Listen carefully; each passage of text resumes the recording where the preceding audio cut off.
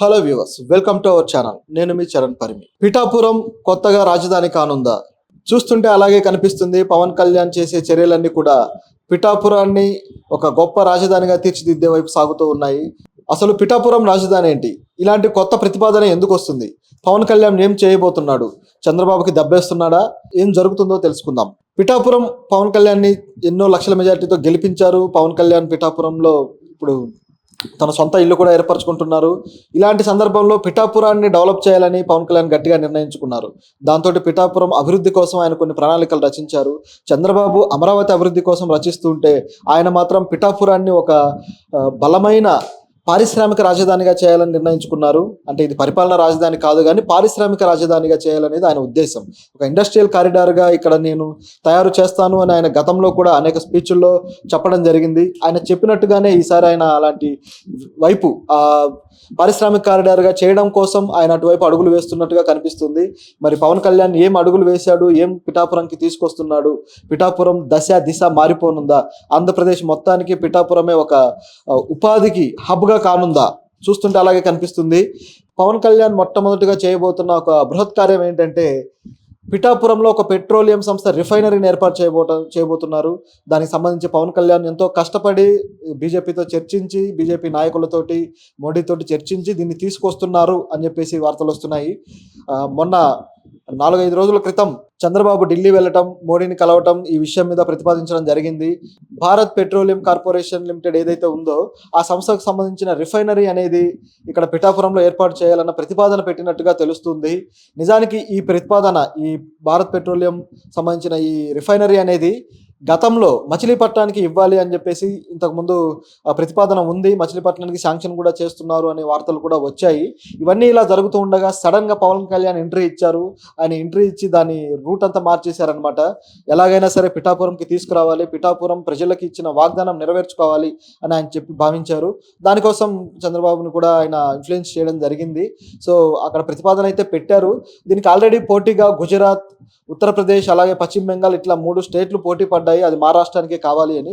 నిజానికైతే ఇలాంటి ఏ భారీ పథకం వచ్చినా, ఏ భారీ పరిశ్రమ వచ్చినా గుజరాత్కే తరలిపోతుంటుంది. ఎందుకంటే మోడీ గారు గుజరాత్ వ్యక్తి కాబట్టి, అలాగే అమిత్ షా గుజరాత్ వ్యక్తి కాబట్టి, సో వీళ్ళు ఏదొచ్చినా సరే గుజరాత్ వైపు తీసుకొని వెళ్ళిపోతారు. దేశంలో అదొక్కటే, దాని మీద మాత్రం వాళ్ళకి బాధ్యత ఉన్నట్టుగా ప్రవర్తించేవాళ్ళు. తెలంగాణకు రావాల్సినవి కూడా స్టీల్ ప్లాంట్ కావచ్చు, ఇలాంటివి రకరకాలుగా తీసుకొని వెళ్ళిపోయారు. సో ఇప్పుడు ఇది కూడా అలా వెళ్ళిపోతుందేమో అని భయపడ్డారు. కానీ పవన్ కళ్యాణ్ ఇప్పుడు బీజేపీకి ఎంతో కీలకమైన వ్యక్తి.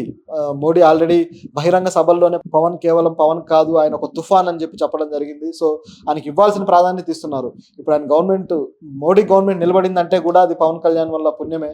ఎందుకంటే పవన్ కళ్యాణ్ ఏపీలో బీజేపీతో కూటమి కలిపి, టీడీపీని బీజేపీని కలిపి కూటమి చేయడం వల్లనే ఆ టీడీపీ ఎంపీలు ఎవరైతే ఉన్నారో వాళ్ళు ఇప్పుడు బీజేపీకి మద్దతు ఇవ్వడము, ఆయన ప్రభుత్వం నిలబడడం ఇదంతా జరుగుతుంది. సో దీనికి కీలకంగా పవన్ కళ్యాణ్ సూత్రధారి అయ్యాడు. గత ఎన్నికల్లో ఆయన మాత్రం హీరో అయ్యాడు. సో ఇప్పుడు ఆయన చెప్పిన విషయం ఏదైనా సరే, ఆయన ప్రతిపాదన ఏదైనా సరే బీజేపీకి అంగీకరించక తప్పని పరిస్థితి. సో ఏదో ఒకటి పవన్ కళ్యాణ్ కోసం చేయాలని వాళ్ళకు కూడా ఒక ఇంటెన్షన్ ఉంది కాబట్టి గతం నుంచి కూడా, సో ఇప్పుడు అది చేస్తారు అనే వార్తలు వస్తున్నాయి. మరి ఈ చేసే క్రమంలో అది ఎలా పిఠాపురానికి లాభం అవుతుందో ఒకసారి గమనిస్తే, ఇది పిఠాపురంకి ఎలా లాభం అవుతుంది, ఎలా ఉపయోగపడుతుంది అని గమనిస్తే, ఈ రిఫైనరీ అనేది దాదాపు 50,000 కోట్లతోటి నిర్మించనున్నారు.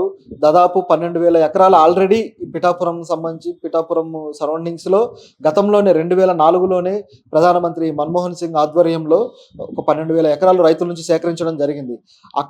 అప్పుడు దాన్ని ఒక ఆర్థిక మండలిగా ప్రకటించారు. సో ఎకనామిక్ కారిడార్గా దాన్ని ఒక ఎంచుకొని అక్కడ డెవలప్ చేయాలి, పరిశ్రమలు తీసుకురావాలని 20 ఏళ్ల క్రితమే ప్రయత్నిస్తే ఇంతవరకు దాదాపు 20 ఏళ్ళు గడిచిపోయింది. ఇంతవరకు సరైన పరిశ్రమలు వచ్చింది లేదు, సరిగ్గా డెవలప్మెంట్ జరిగింది లేదు.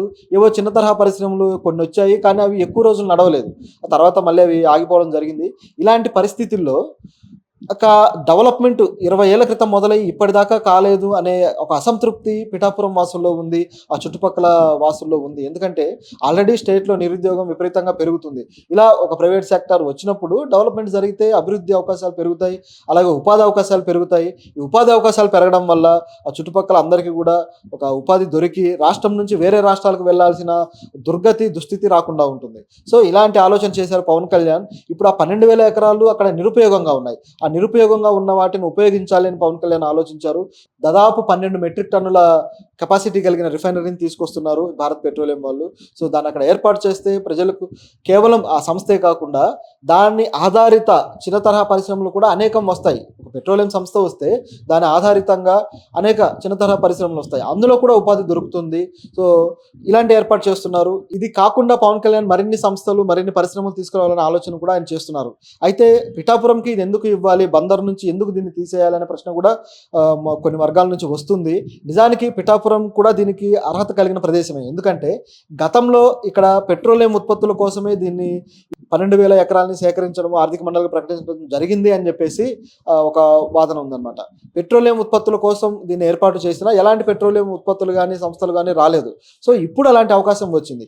ఈ రిఫైనరీ కూడా నిజానికి వీళ్ళు ఈ భారత్ పెట్రోలియం అనే సంస్థ కూడా నిజానికి గతంలో దాదాపు 60,000 మెట్రిక్ టన్నుల కెపాసిటీ తోటి ఒకే సంస్థగా ఏర్పాటు చేయాలి, ఒకే ప్రాజెక్టుగా ఏర్పాటు చేయాలి అని ఆలోచించారు.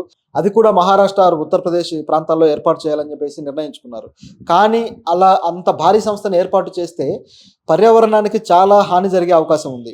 పర్యావరణం చాలా అన్యాయంగా నష్టపోయే అవకాశం ఉంది. సో ఆ ప్రాంతం అంతా కూడా చాలా ఇబ్బందికర పరిస్థితులు ఎదుర్కోవాల్సిన పరిస్థితి వస్తుందన్నమాట. సో ఇదంతా ఆలోచించి పర్యావరణపరమైన పర్మిషన్లు రాలేదు, వాతావరణ శాఖ పర్మిషన్లు రాలేదు. సో ఇవన్నీ దృష్టిలో పెట్టుకొని ఇలా కాదు, చిన్న తరహాగా కొద్దిగా అంటే మీడియం సైజ్ కంపెనీలు ఏర్పాటు చేద్దామని చెప్పి నిర్ణయించుకున్నారనమాట.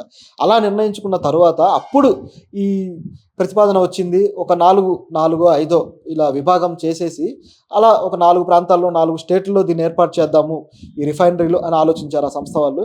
అలా ఆలోచించిన తర్వాత వీళ్ళు కొన్ని స్టేట్లు ఎంచుకున్నారు. బహుశా ఈ రిఫైనరీ కాకపోయినా మరొక ప్లాన్ తోటి గుజరాత్కు మరో రిఫైనరీ రావచ్చు.